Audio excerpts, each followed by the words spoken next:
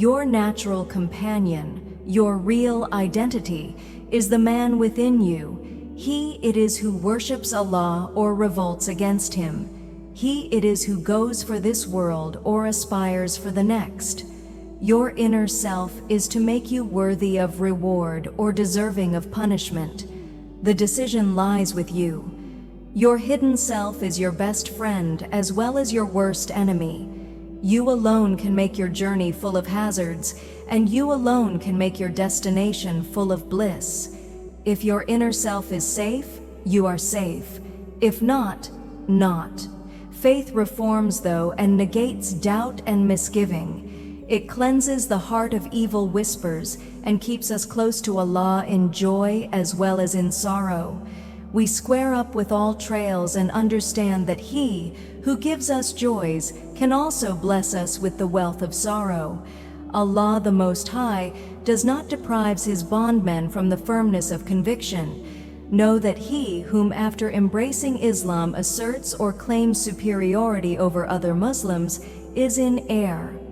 Even a mention of self-superiority is a negation of superiority, for this sense of superiority stems from human smallness and ignorance.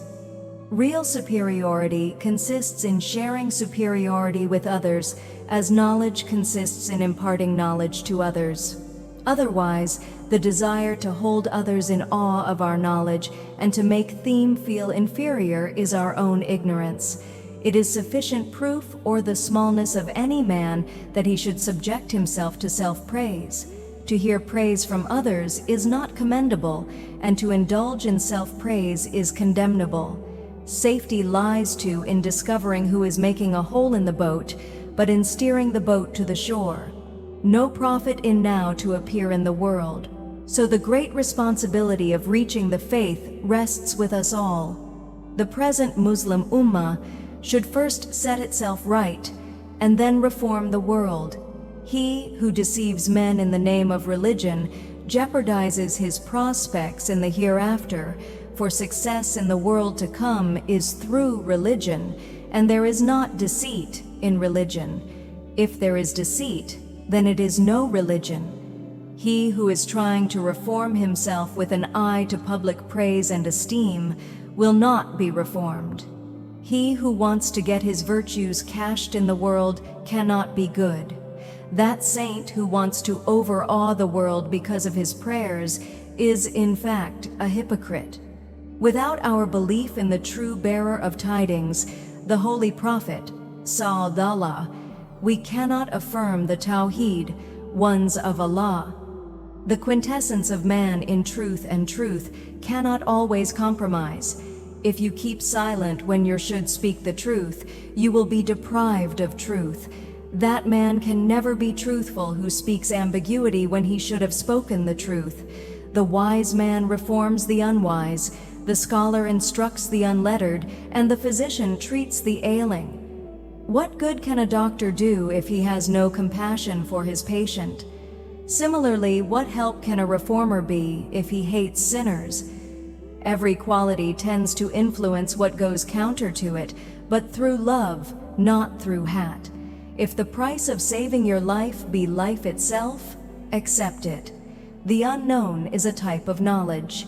He who is endowed with it does not call it unknown, but calls it known. So knowledge keeps emerging from the unknown into the known.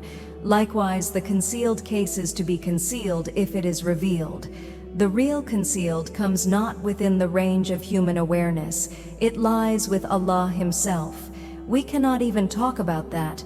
So far as Allah is concerned, nothing whatsoever can remain concealed from Him.